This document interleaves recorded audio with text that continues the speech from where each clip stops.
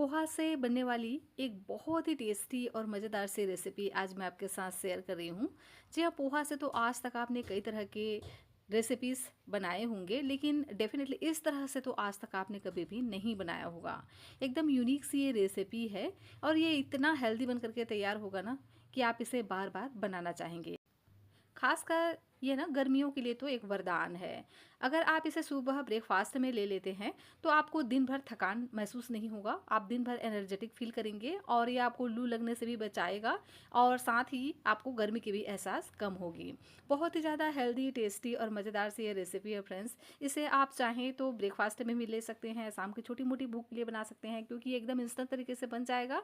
बनाने में आसान है, कम इंग्रीडिएंट्स लगते हैं और साथ ही एकदम ही हेल्दी बन करके तैयार होता है। ख़ास बात यह है कि इसे आप भगवान के लिए भोग की तरह भी बना सकते हैं। मतलब अगर आपको सुबह या शाम भगवान को भोग भी बनाना होता है ना, जिसको आप भगवान पे चढ़ाते हैं, तो उसके लिए भी आप इसे बना सकते हैं। झटपट तरीके से बन जाता है और खाने में तो इतना टेस्टी और हेल्दी होता है ना कि आप इसे बार-बार बनाना चाहेंगे। इसके लिए ना तो आपको मावा की ज़रूरत है, ना ही आपको मिल्क की ज़रूरत है और कम इंग्रीडिएंट्स के साथ में ये बन जाता है।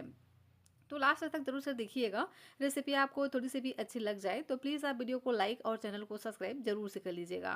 तो इस रेसिपी को हम बनाने वाले हैं मखाने और पोहा से। तो यहाँ मैंने 1 कप लिया है पोहा।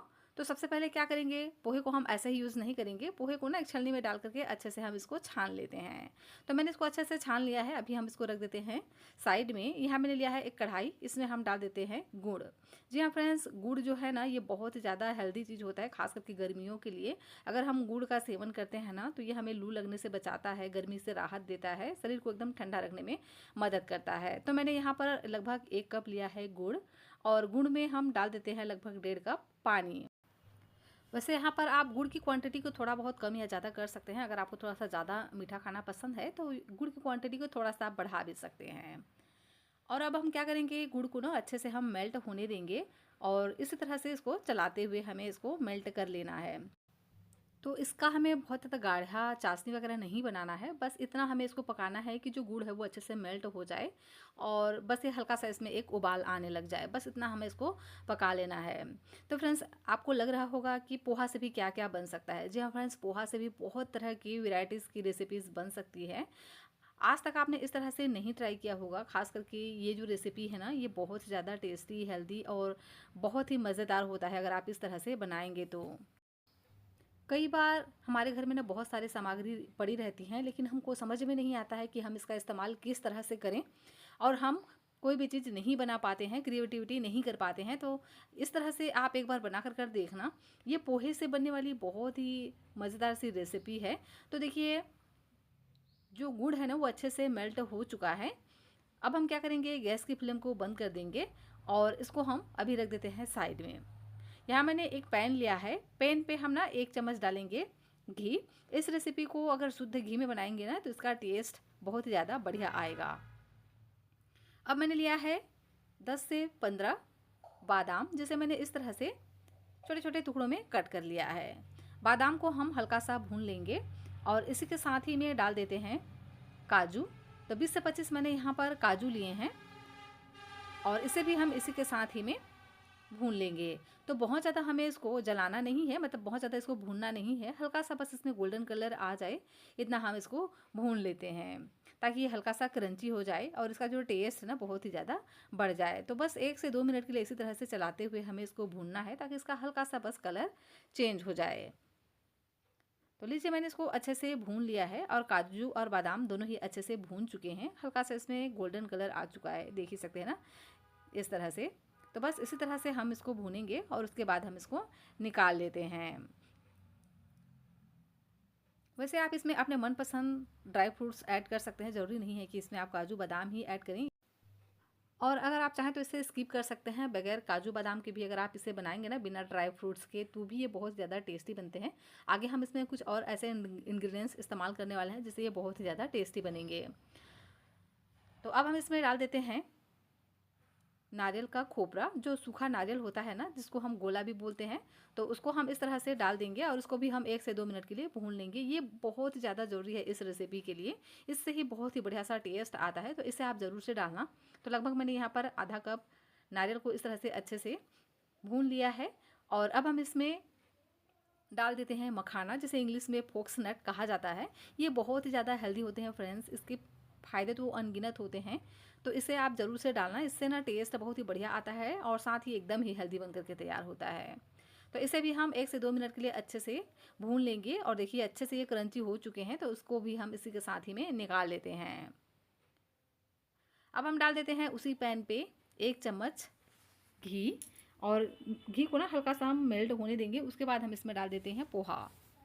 तो पोहा को भी हमें हल्का सा रोस्ट करके लेना है, ताकि जो पोहा है ना वो अच्छे से क्रंची हो जाए। तो 1 से 2 मिनट के लिए अच्छे से इसी तरह से चलाते हुए हमें पोहा को भूनना है। इससे क्या होगा, जो पोहा है ना बहुत ज़्यादा सॉफ्ट नहीं पड़ेंगे और बढ़िया से इसमें टेस्ट भी आ जाएगा। तो बहुत देर तक इसको नहीं भूनना है, 1 से 2 मिनट में ही जो पोहा है ना अच्छे से क्रिस्पी होने लग जाते हैं, इसका जो कलर है चेंज होने लग जाता है। तो पोहा अच्छे से भून चुका है और ये एकदम अच्छे से ड्राई हो चुका है, क्रिस्पी भी हो चुका है। तो अब हम क्या करेंगे, जो हमने गुड़ का पानी तैयार करके रखा था ना, उसे हम इसमें डाल देते हैं। तो एक छलनी लेंगे और छलनी में इस तरह से गुड़ के पानी को हम डालेंगे। इससे क्या होगा, जो गुड़ रहता है ना, जो जैगरी होता है, उसमें हल्का फुल्का ना छोटे बहुत कंकड़ के टुकड़े रह जाते हैं, जो बालू हल्का हल्का सा रहता है वो छन जाएंगे।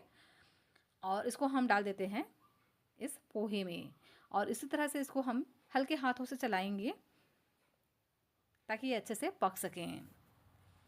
और अब हम इसमें डाल देते हैं फ्लेवर के लिए इलायची का पाउडर। तो मैंने यहाँ पर हल्का सा दरदरा बना करके तैयार किया है इलायची को।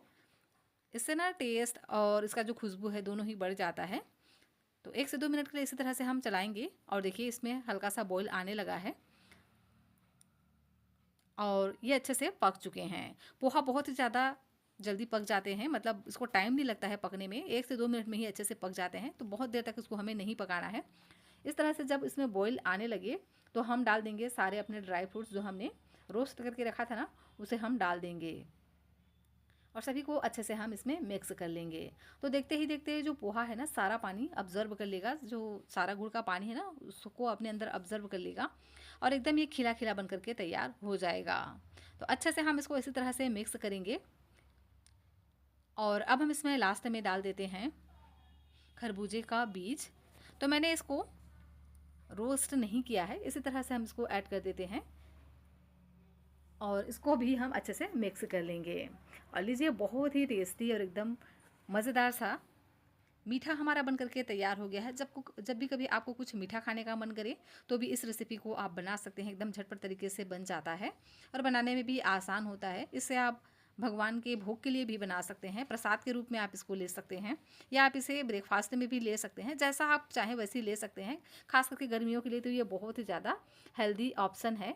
झटपट तरीके से ये बन जाता है। तो जब कभी आपको मीठा खाने का मन करे तो आप इसे ज़रूर से बना करके देखिएगा, ये आपको बहुत ज़्यादा पसंद आएगा और ये बहुत ही ज़्यादा हेल्दी होते हैं।